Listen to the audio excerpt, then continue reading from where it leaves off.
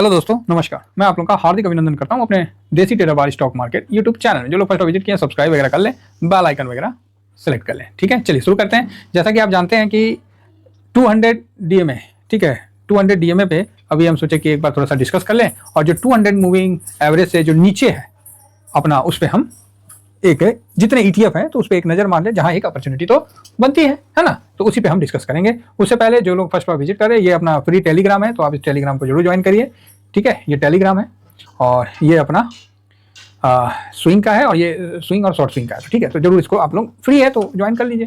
अब चलिए हम बात करते हैं कि 200 मूविंग पे सबसे पहले जो हमारे कागजों में अभी आया है कि अभी जो मैं चार्ट दिखाऊंगा ना, ये 300 वाला नहीं रहेगा, 3 आवर्स वाला नहीं रहेगा, है ना। ये डे वाला मूविंग एवरेज, मतलब डे वाला रहेगा। टाइम फ्रेम जो है ना, ये देखिए टाइम फ्रेम जो है ये डे का है। ये 3 आवर वाला हमने नहीं लगाया है, क्योंकि मैं सोचा कि चलो डे में ही चलते हैं, 3 आवर में ऊपर निकला है इसीलिए। तो ये हम लोग डे वाला ही पकड़ के चलते हैं, कि डे वाले में अच्छा मतलब रहता है। तो यहाँ पर ये अभी वर्तमान समय में मैं बात कर रहा हूँ पीएसयू बैंक का।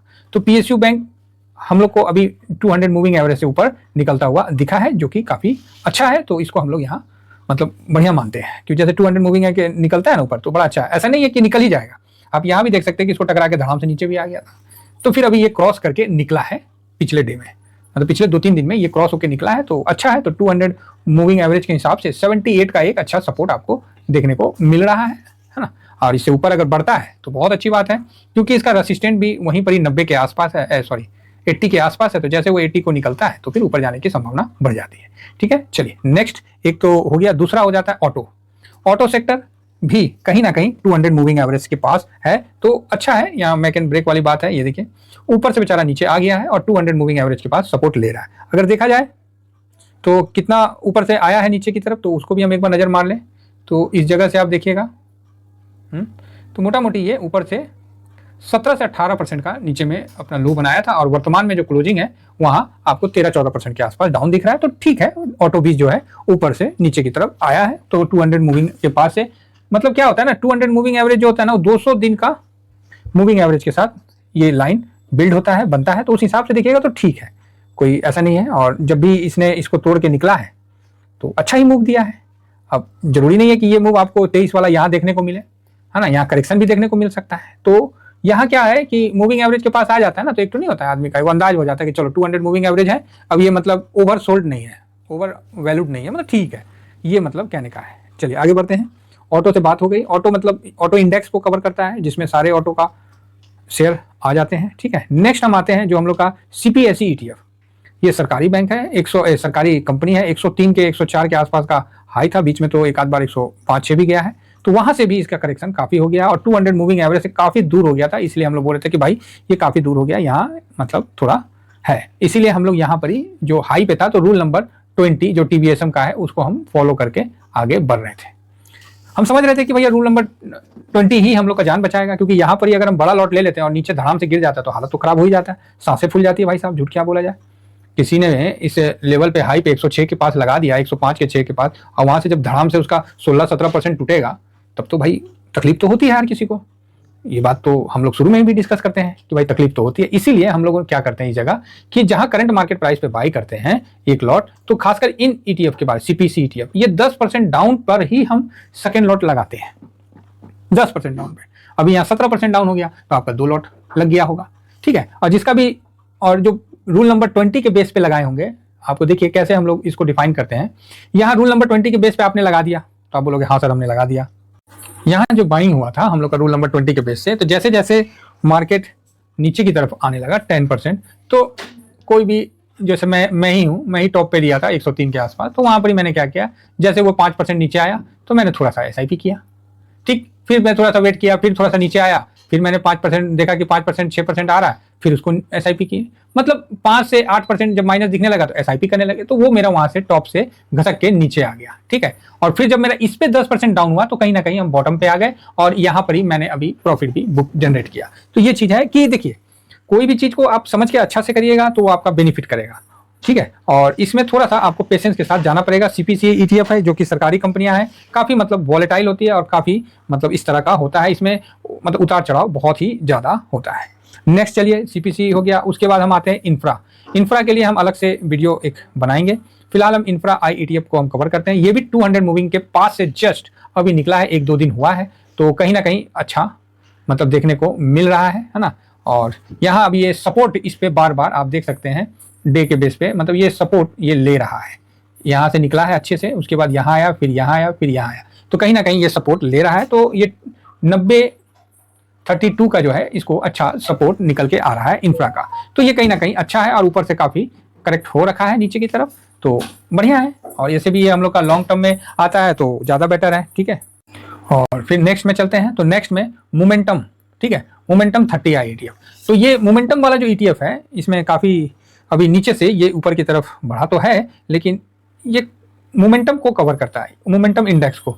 तो मोटा मोटी देखिए ये 14 से 15% के आसपास नीचे की तरफ दिख रहा है, और वहाँ से काफ़ी अच्छा मोमेंटम हुआ है। और यहाँ ये बढ़िया, हम लोगों ने अभी मोमेंटम के लिए उसको कवर किया था, GDP जब आने वाला था, तो नहीं हम लोग मोमेंटम के लिए कवर किए थे कि भैया मोमेंटम के लिए कवर करते हैं कि अगर बढ़िया होगा तो हम अच्छा मतलब हम लोग का पैसा बन जाएगा, मोमेंटम होगा, लेकिन उल्टा ही हो गया माइनस में चला गया। फिर जाके अब जाके वो वापस से रिकवर होके सामने आया, तो GDP का भी डाटा आया था ना, तो वहाँ से अभी ठीक से रिकवर होकर आया, तो प्रॉफिट में मतलब सही आ गया है। तो ये मोमेंटम है, तो ये इसमें जो स्टॉक आते हैं तो वो मोमेंटम को कवर करते हैं, ठीक है।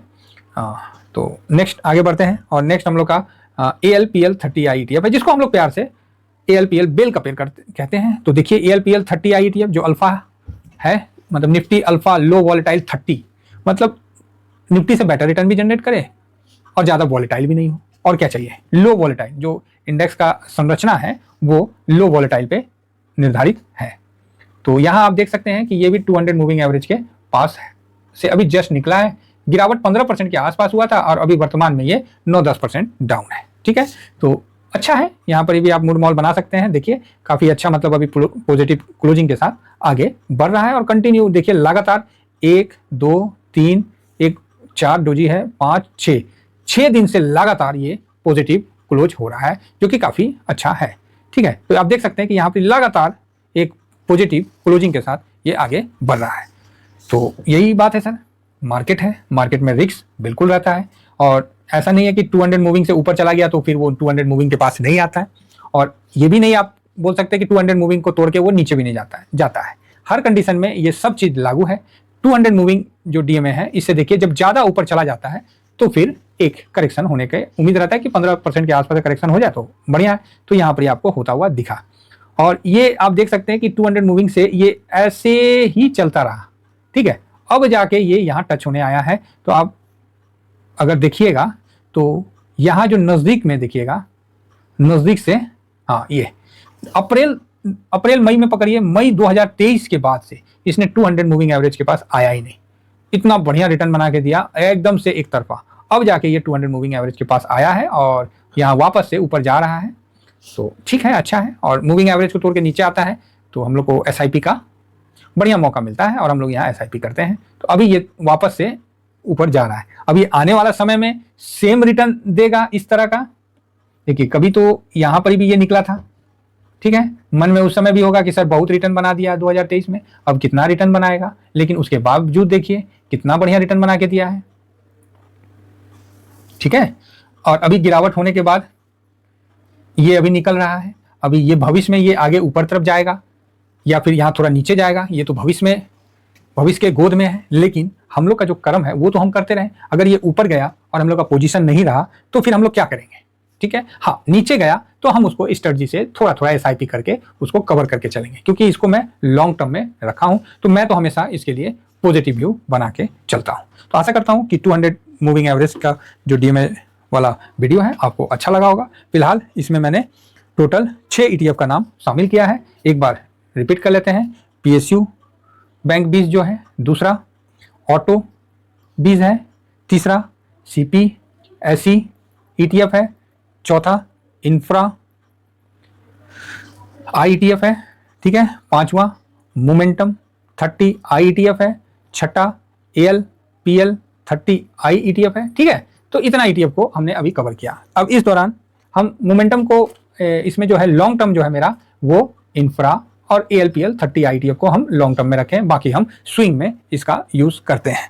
आप लोगों को ये बता के मुझे खुशी होगा कि जो ETF को मैंने अपने 42 के लिस्ट से कम किया है, उसका ये मतलब नहीं है, जो 12 ETF को कम किया हूं उसका ये मतलब नहीं है कि ये ETF खराब है। नहीं, ये ETF खराब नहीं है। हाँ, ये है थोड़ा वॉल्यूम कम था, तो मेरे पास ज्यादा वॉल्यूम वाला था तो मैंने उसको कवर कर लिया। अभी मेरे पास TVSM के पास, हालांकि मेरे पास जो पुराना है तो है, अभी जो नया पैसा मेरा जो जाएगा वो मैं 30 ETF में ही अपना निवेश करूंगा। ठीक है, तो बाकी जो मेरे पास पुराना है, जैसे कमोडिटी का है और किसी के पास मोमेंटम होगा, तो पड़े रहने दीजिए। ओवरऑल इंडेक्स हमेशा ऊपर ही जाता है। हाँ, कुछ समय नीचे रहेगा, तब तक थोड़ा सा आपको लगेगा कि हाँ मेरा नेगेटिव रिटर्न दे रहा, लेकिन लॉस तब होगा जब आप उसको बुक करिएगा। आप वहां वेट करिएगा तो देर सवेर वो ऊपर आ ही जाएगा और आपको अच्छा मुनाफा देगा ही देगा। चलिए, इतना ही कहकर मैं अपनी वाणी को विराम देता हूँ। Thank you very much. जय हिंद, जय भारत।